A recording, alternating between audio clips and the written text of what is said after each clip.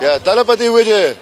He's a sweetheart, very simple, very down to earth and जब गदर भी हमने की थी मैं बहुत डर रहा था, नहीं चाह रहा था गदर 2 बने because those characters were so beautiful, so lovely.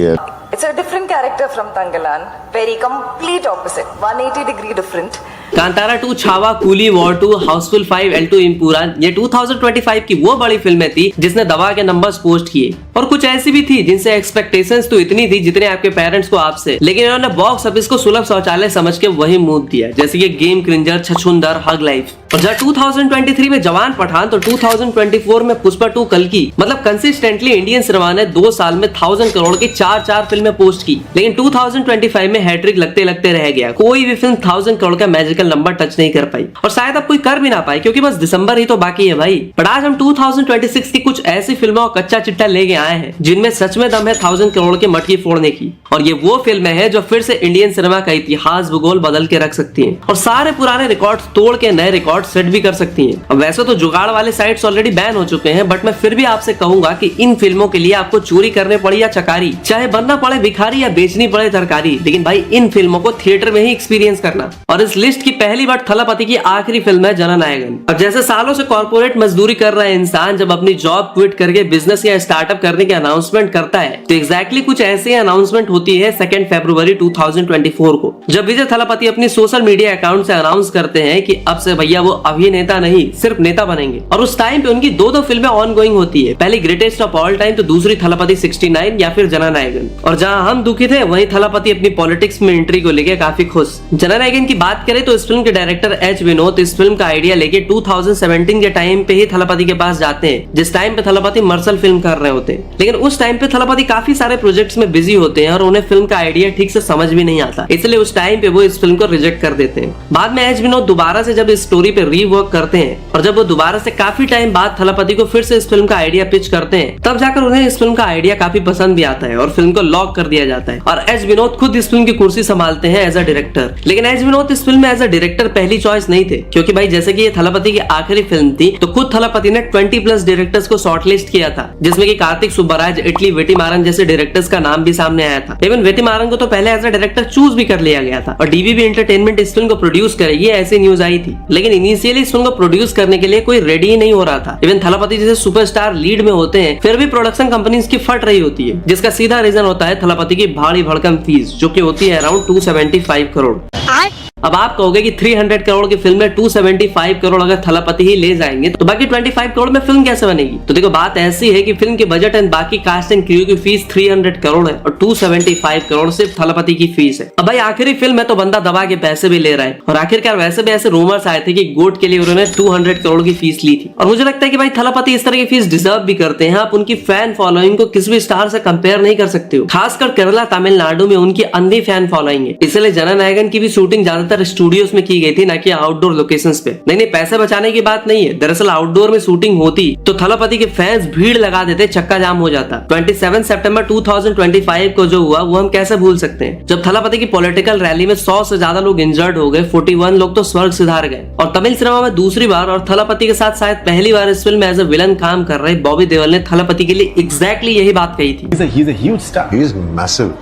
Right. मुझे बोल रहे थे, मैंने बोला शूटिंग कहाँ करने वाले हैं, तो बोलते हैं कि हम तो स्टूडियोज में ही करते हैं, क्योंकि अगर विजय सर, थलापति विजय सर कहीं चले जाएं तो कुछ नहीं होने वाला, लोग ही भर जाएंगे वहाँ पर, कोई काम करने नहीं देगा। तो he is that biggest star. खैर थलापति की फीस कितनी भी मोटी क्यों ना हो, राइट्स बेचकर फिल्म प्रॉफिट में आ ही जाएगी। And for your FYI, the Tamil Nadu theatrical rights for this film have been sold for a record of 105 crore and overseas distribution rights selling for 78 crore. और बाकी राइट्स एंड कलेक्शन के पैसे तो अभी आने बाकी है। थलापति 69 या जननायकन जब इस फिल्म का पोस्टर अनाउंस होता है with a tag line torch bearer of democracy, तो किसी को भी ठीक से समझ नहीं आता कि फिल्म का थीम या जॉनर क्या होगा। बट आगे चल के जब बाकी प्रोमोशनल कंटेंट आने लगता है, जैसे कि जून 25 with a tag line true leader rises not for power but for people, तब सब समझ जाते हैं कि फिल्म का थीम क्या होगा। थलापति की आखिरी फिल्म है, इसलिए उनके फैंस एक्साइटेड तो है लेकिन थोड़े से दुखी भी है। 300 करोड़ के मैसिव बजट रियल लाइफ की आइडियोलॉजी को रियल लाइफ में भी ले जाना, कई लोग आज भी इसे बालाकृष्ण के भगवान केसरी की रीमेक बता रहे हैं, लेकिन थलापति फैंस को इन बातों से कोई फर्क नहीं पड़ने वाला। फिल्म में आपको Pooja Hegde, real and real life villain Prakash Raj, Gautham Vasudev Menon, Priyamani जैसे काफी सारे वेल नोन स्टार्स देखने को मिलेंगे। और जननायकन को 9 जनवरी 2026 को तमिल, तेलुगु, कन्नड़ा, हिंदी में रिलीज किया जाना है और इस फिल्म के इंडिया से ज्यादा ओवरसीज कलेक्शन के भी चांसेस है।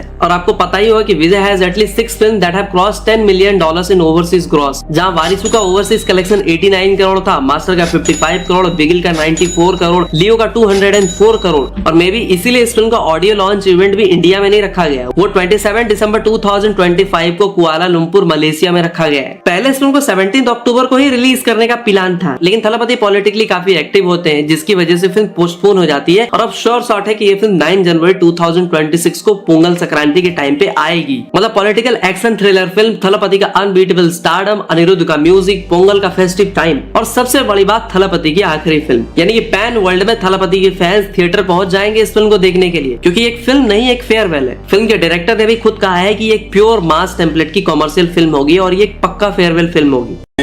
ஒரு பக்கா ஃபேர்வெல் படம். ஸோ மாஸ் கமர்ஷியல் ஆக்ஷன் இந்த மூணு எக்ஸ்பெக்ட் பண்ணி வாங்க. கம்ப்ளீட் மீல்ஸாக இருக்கும்.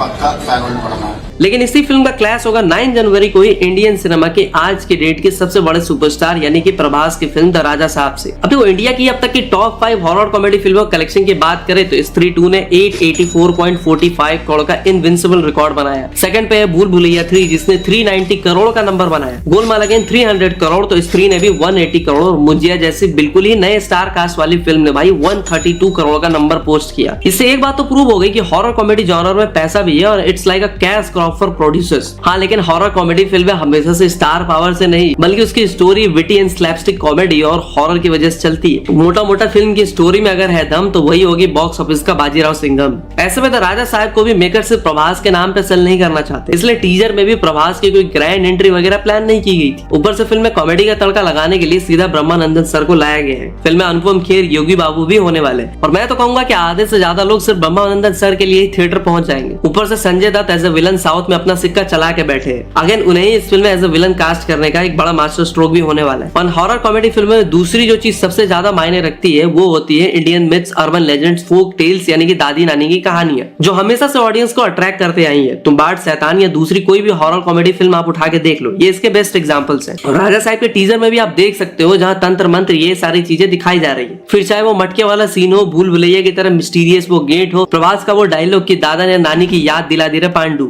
और कई लोग तो इस टीजर को देख के प्रभास की ही पुरानी फिल्में जैसे कि मिर्ची, मिस्टर परफेक्ट, बुज्जी गाडू की कॉमेडी लोगों को याद आ रही है, खासकर तेलुगु स्टेट्स के लोग। मतलब लोग विंटेज प्रभास के आने की बात भी कर रहे हैं। और पता है द राजा साहब के लिए प्रभास ने नैरेशन सुनने के जस्ट 10 मिनट में हाँ कह दिया था, जो कि आज तक उन्होंने किसी भी दूसरी फिल्म के लिए नहीं किया है। वो भी तब जब प्रभास अधिपुरुष राधे श्याम जैसी फिल्म करके भुगत चुके हैं। और ऐसा कहा जाता है कि दूध का जला छाछ भी फूक फूक के पीता है। तो अगर उन्होंने ये फिल्म चूज करी है तो भाई फिल्म में दम तो है। लेकिन फिल्म के सामने जो दो बड़ी समस्याएं हैं उस पर बात करते हैं। तो सबसे पहला चीज है इसका हाई बजट। देखो माना कि प्रभास ने अधिपुरुष के लॉस को कंसीडर करते हुए इस बार अपनी फीस 150 करोड़ से 100 करोड़ कर दी है। लेकिन स्त्री 2 इतनी बड़ी ब्लॉकबस्टर इसलिए हुई थी क्योंकि उसकी बजट सिर्फ 60 करोड़ थी और कलेक्शन 885 करोड़। भूल भुलैया 3 सिंघम अगेन से भी टकरा के हिट साबित हुई थी because of a less budget. ऐसे में राजा साहब की बजट 450 करोड़ है तो फिल्म को एटलीस्ट हिट होने के लिए 900 करोड़ तो 1000 करोड़ का कलेक्शन तो करना ही पड़ेगा। बट प्रभास के केस में 450 करोड़ का बजट जस्टिफाइड है। और अगर फिल्म में ग्रिपिंग स्टोरी के साथ कॉमेडी का तड़का लगा दिया जाए तो ये फिल्म आराम से 1000 करोड़ का नंबर भी पोस्ट कर सकती है। एंड फिल्म के को प्रोड्यूसर टीजी विश्व प्रसाद ने खुद कहा था कि I can reveal little about Raja Saab because it follows a unique marketing strategy but this film is extraordinary. The project began 2 years ago and after Kalki we have a major schedule lineup. Story wise it will exceed expectations. The scale is vast with a massive set and VFX. बात करें director Maruti की तो देखो Hindi belt में भले ही लोग इनका नाम कम जानते हो बट तेलुगु वेल्ट में इज क्वाइट फेमस, जो कि अब तक लो बजट फिल्में बनाते आए हैं और इनकी फिल्में लाइक बस स्टॉप एंड बल्ले बल्ले मागा डिबॉय के लिए इन्हें काफी अप्रिसिएशन भी मिली थी। अब अगर बात करें कि इस फिल्म में 3 हीरोइंस क्यों हैं तो ओटीटी प्ले के अकॉर्डिंग पूरी फिल्म में 3 हीरोइंस नहीं बल्कि ये सिर्फ एक स्पेशल सॉन्ग सीक्वेंस में होंगी। बट मैं फिर भी कहूंगा कि हॉरर कॉमेडी स्टार पावर पे नहीं चलती, कंटेंट पे चलती है। तो आपको क्या लगता है कि राजा साहब डे 1 में कितने का नंबर पोस्ट कर सकती है? वैसे फिल्म मेकर्स इस फिल्म के लिए पैशनेट तो है और डिटेलिंग पे काम किया जा रहा है। इस फिल्म के लिए famous art director Rajeev Nambiar ने 41,256 स्क्वायर फीट का बड़ा सा सेट भी डिजाइन किया है जिसे डिजाइन करने में 6 महीने का टाइम लगा था। And this is the largest horror set ever made in India. इसके स्टोन्स, प्रॉप्स, सेट सब कुछ कस्टम मेड है, मतलब सिर्फ और सिर्फ इस फिल्म के लिए। उनका टारगेट क्योंकि ऐसा था कि एक ऐसा सेट डिजाइन करना है कि जो जेन्युइनली हॉरर लगे। इवन जो सेट के फ्लोर से उन्हें भी जानबूझकर ईरी टेक्सचर्स यानी कि टेढ़े मेढ़े फटे पुराने तरीके से क्रिएट किया गया है क्योंकि मेकर्स चाहते तो पूरा काम वीएफएक्स एंड विजुअल आर्ट से हो जाता but they choose the difficult part to be very realistic.